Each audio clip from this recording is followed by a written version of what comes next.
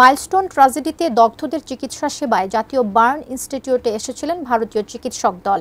সেখানে আছেন আমাদের সহকর্মী আবুল কালাম আজাদ। বিস্তারিত জানতে সরাসরি তার সঙ্গে যুক্ত হচ্ছে। আজাদ, ঠিক এই মুহূর্তের কি পরিস্থিতি আপনি সেখানে দেখছেন? ভারতীয় চিকিৎসক দল এসেছে, সার্বিকভাবে সেখানে এখন কি অবস্থা? চিকিৎসা সেবা দিয়ে যাচ্ছেন।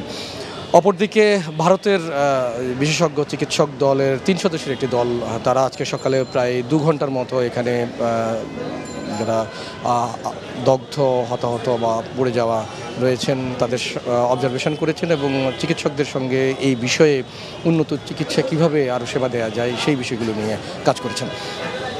এই মুহূর্তে আরও একটি বিষয় চলছে, সেটি হচ্ছে যে চীনের একটি বিশেষজ্ঞ চিকিৎসক দলের সঙ্গে ভিডিও কনফারেন্সের মাধ্যমে এখানকার চিকিৎসকরা যে জায়গাগুলোতে তারা মনে করছেন যে আরও ভালো পরামর্শ নেওয়া প্রয়োজন সেই কাজগুলো চালিয়ে যাচ্ছেন।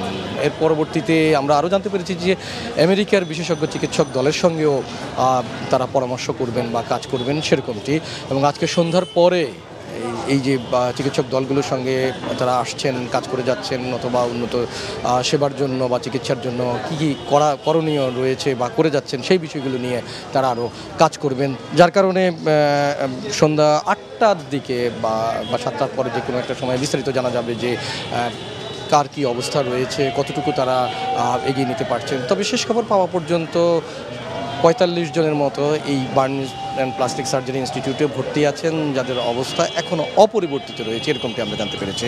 অপরদিকে মৃতের সংখ্যা নিয়ে যেটা বলা হচ্ছে বা নিহতের সংখ্যা যেটি রয়েছে সেটি সরকারি হিসেবে এখন পর্যন্ত ৩২ জনের কথাই জানা গেছে এবং ৬ জনের লাশ এখনও শনাক্ত করা যায়নি, সেই বিষয়টি আমরা জানতে পেরেছি। সিএমএইচে তাদের লাশগুলো রয়েছে।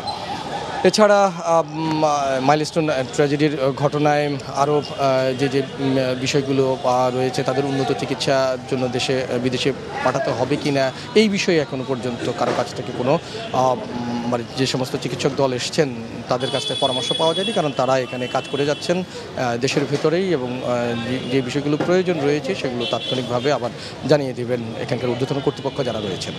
এখনকার মতো এই ছিল আমার কাছে সবশেষ।